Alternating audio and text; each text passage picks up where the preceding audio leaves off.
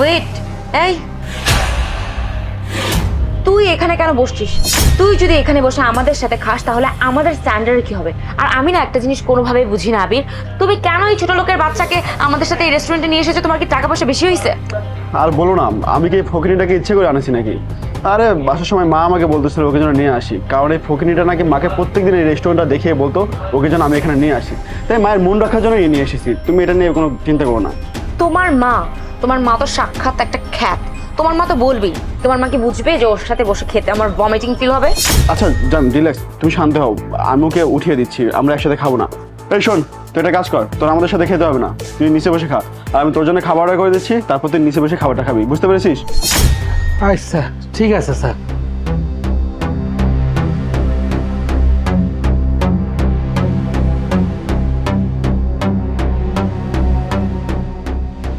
Sir একটা কথা কব। কি বলবি আবার, বল। এই আমি না হয় ওই অন্য টেবিলে যাই খাই। তুইও না, ঠিক আছে যা। এই যাবে মানে? এই ছোট লোকের বাচ্চা যদি অন্য টেবিলে যেয়ে খায় তাহলে সেই টেবিলটা ও কিরকম একটা ডিজাস্টার অবস্থা করবে তুমি বুঝতে পারছো?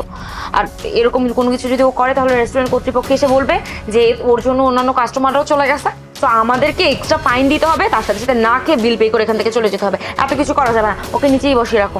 এই ওয়েট ওয়েট, তুমি তো একদম ঠিক কথা বলেছো, আমার তো এটা আগে মাথায় আসেনি। এই শোন, তোর কোথাও যেতে হবে না, তুই যেখানে বসে আছিস এখানে বসে থাক, তুই নিচে বসে খাবার খাবি, আমি তোর জন্য খাবার অর্ডার করে দিচ্ছি। তুই যদি আমাদের মতন উপরে বসে খাবার খাস তাহলে এই রেস্টুরেন্টের ব্যান ভ্যালু নষ্ট হয়ে যাবে না, তখন এই রেস্টুরেন্ট কর্তৃপক্ষ আমাদের নামে ফাইন করবে, বুঝতে পেরেছিস? সেটা কে দেবে? তুই দিবি, এখানে বসে থাক। স্যার বলুন আপনারা কি খাবেন? আচ্ছা, আপনাদের এখানে সর্বনিম্ন খাবার কত টাকার পাওয়া যাবে? সর্বনিম্ন 200 টাকার খাবার পাওয়া যাবে স্যার, ভেজিটেবল রাইস। ঠিক আছে, একটা দিন। আর হ্যাঁ, আপনাদের এখানে সব থেকে ভালো এক্সপেন্সিভ মেনু কোনটা হবে? 5,000 টাকা করে দুজন খেলে 10,000 টাকা পড়বে স্যার। ওকে, নো প্রবলেম, আপনি আমাদের জন্য দুইটা নিয়ে আসেন। আচ্ছা ঠিক আছে স্যার। স্যার উনি কি আপনাদের সাথে এসেছেন? হ্যাঁ, উনি আমাদের সাথে এসেছেন, আমাদের বাসা দারোয়ান, নিচে বসেই খাবে। তাহলে ওনাকে আপনারা নিচে কেন বসিয়ে রেখেছেন? কারণ ওর সাথে বসে আমি এক টেবিলে খেতে পারবো না। হোয়াট? উনি আপনাদের বাসার সামান্য একজন দারোয়ান বলে ওনাকে আপনারা নিচে বসে খাবার খাওয়াচ্ছেন, তাও আবার যেটা সবচেয়ে কম দামি খাবার সেটা? ও আমাদের বাসার দারোয়ান, ওকে আমরা উপরে বসিয়ে খাওয়াবো না নিচে বসিয়ে খাওয়াবো সেটা আমাদের একান্ত ব্যক্তিগত ব্যাপার। তুই একটা ওয়েটার, তোকে যেটা বলেছি সেটা তুই করবি, তোকে যেখানে সার্ভ করতে বলা হয়েছে সেখানে সার্ভ করবি, তুই সেটা না করে মুখে মুখে এত তর্ক কেন করছিস? সরি ম্যাডাম, আপনারা আমার সামনে একটা গরিব অসহায় মানুষকে কম দামি খাবার খাওয়াবেন আর আপনারা বেশি দামি খাবার খাবেন, সেটা আমি কখনো হতে দিব না। ম্যাডাম আপনাদের এত অহংকার কিসের? আপনারা একটা কথা মনে হয় ভুলে যাচ্ছেন যে অহংকার পতনের মূল। আপনারা গরিব মানুষকে মানুষ মনে করেন না? একটা কথা মনে রাখবেন, এত অহংকার না ভালো না। আঙ্কেল আপনি আমার বাবা বাবা বাবা তুমি এখানে কি করছো? বাবা তুমি না বলেছিলে যে তোমার মালিক যারা তোমাকে অনেক ভালোবাসে, তাহলে তোমার মালিকরা তোমাকে এখানে এনে এভাবে অপমান কেন করছে? না না বাবা, আমি কিছু মনে করে নাই, আমার ম্যাডাম স্যার অনেক ভালো। আমি কইছি যে আমি নিচে বয়ে খাই, আপনি উপরে বয়ে খান, কোনো সমস্যা নাই। বাবা মানে? তার মানে তুই ওর ছেলে, আর এই ছেলেটা তোর? জি ম্যাডাম, এইটা আমার পোলা। এই ছোট লোকের বাচ্চা তোর সামনে দাঁড়িয়ে আমার সাথে একজন ওয়েটার হয়ে এইরকম ব্যবহার কোন সাহসে করলো?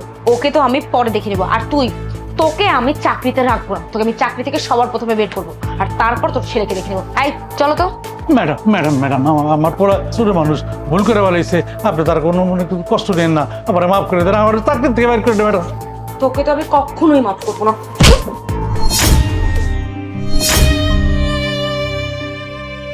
বাবা তুমি ঠিক আছো তো? বাবা হ্যাঁ উঠো বাবা। আমার জান, আমি ঠিক আছি। তুমি বসো বাবা।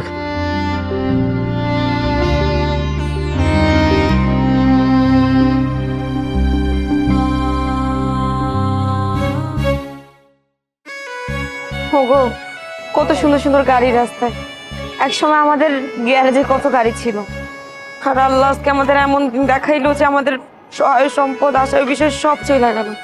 এসব পাপের ফসল মাইশা, আমাদের পাপ বেশি হয়ে গেছিল, তাই উপরাল্লাহ আমাদেরকে যা দিয়েছিল তা আবার কেড়েও নিয়েছেন। কারণ আমরা তো উপরাল্লাহকে সন্তুষ্ট করতে পারিনি। তুমি কি ভুলে গেছো যখন আমাদের টাকা পয়সা আভিজাত্য ছিল তখন আমরা মানুষের সাথে কেমন ব্যবহার করেছি? তাই আল্লাহ তাআলা আমাদেরকে পতনই দিয়েছে। বাবা, আমাদের যে 5 কোটি টাকার প্রজেক্টটা না, হ্যাঁ। এটা আজকে ফাইনাল করে দিতে হবে। ঠিক আছে বাবা, তাহলে তুই আমাকে ড্রপ করে দিয়ে তুই চলে যাস।